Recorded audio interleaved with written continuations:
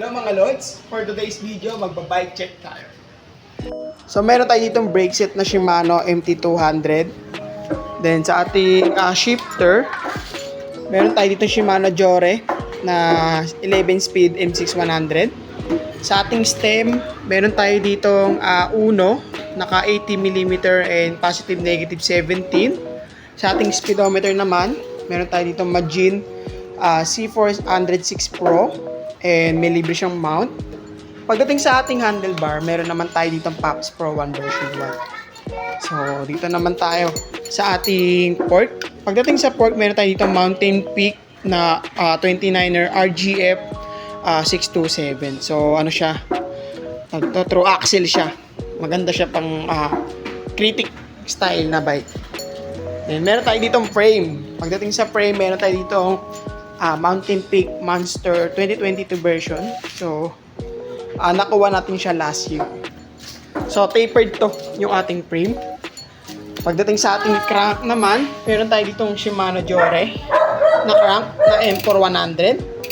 Then, ang ating chain ring is oval chain ring from Decas, 38 teeth, narrow wide.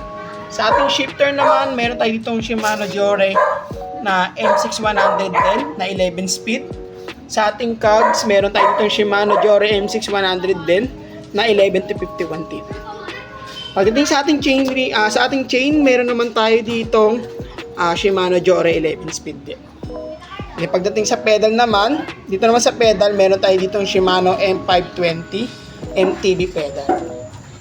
So, sa ating dito, meron tayo dito upuan na Russian bike saddle. Inspired siya kay PC na saddle. So, sa side post is, meron tayo ditong galing sa Giant na seat post. So, binigay lang siya sa atin. Ayan. So, sa seat clamp is, wala siyang, hindi siya branded na seat clamp. Then, dito sa ating wheelset, sa wheelset natin, meron tayo dito ang Pops Pro 1. Then, ang spoke natin is Pops Pro 1 din. Then, dito naman is, nakalagay is Saturn Atlas 2.0. So, meron tayong gulong dito na WTB.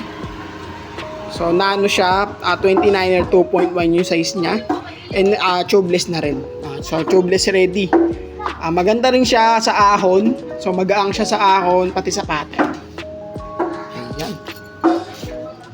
Solid.